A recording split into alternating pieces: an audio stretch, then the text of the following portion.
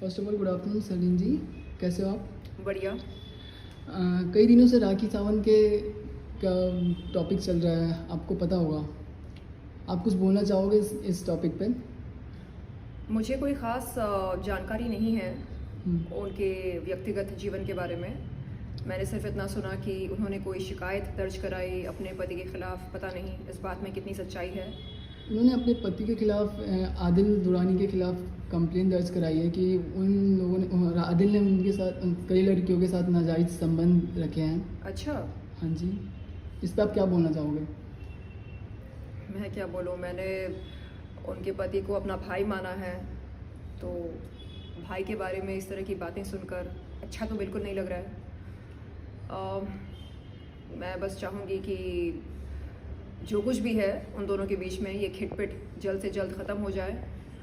और अगर सच में उनके पति ऐसा कुछ कर रहे हैं तो वो अपनी गलती मान लें, और अगर नहीं कर रहे हैं तो फिर बताएं कि ये गलतफहमी की वजह कौन है और ये गलतफहमी कैसे पैदा हुई। आपको क्या लगता है कहाँ तक राखी सावंत की बात में सच्चाई है, या आदिल आदिल दुरानी के बात पे क्या? देखिए, मेरी मुलाकात हुई थी उनके पति से अम्बोली पुलिस स्टेशन में, और चंद लम्हे हमने बिताए। उन्होंने मुझको कहा कि मैं उनकी बीवी को माफ़ करूं, और मैंने कहा कि अरे ऐसे कैसे हो सकता है। अगर आपकी बहन के साथ किसी ने ऐसा व्यवहार किया, ऐसा बर्ताव किया, तो क्या आप उसे माफ़ करेंगे? हाँ जी। आपकी बहन की आपत्तिजनक तस्वीरें या बहन के आपत्तिजनक वीडियोस किसी ने मीडिया को बुला बुलाकर अगर दिखाया, तो क्या आप उसे माफ़ करेंगे?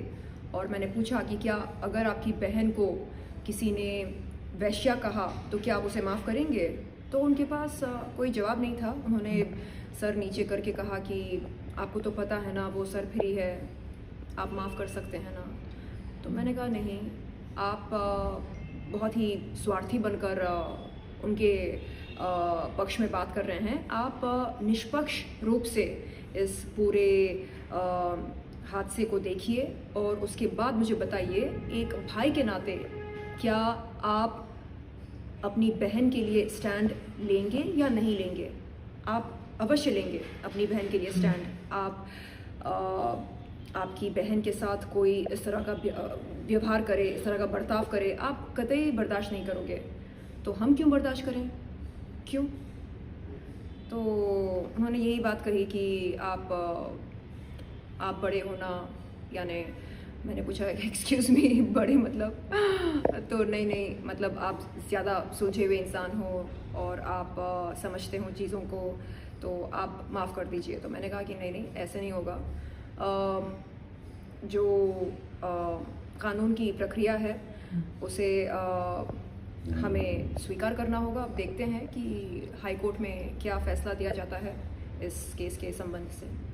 कुछ बात सामने आ रही है कि आदिल ने राखी सावंत के 1 से 1.5 करोड़ का घोटाला किया उन्होंने। क्या ये बात सच होगी या? मुझे कुछ नहीं पता इन दोनों के बारे में, लेकिन इतना मैं कह सकती हूँ आदिल के साथ कुछ समय बिताकर पुलिस स्टेशन में कि वो बंदा जो है सुलझा हुआ है, यानी पता नहीं कैसे वो इस पूरे झमेले में फंस गया।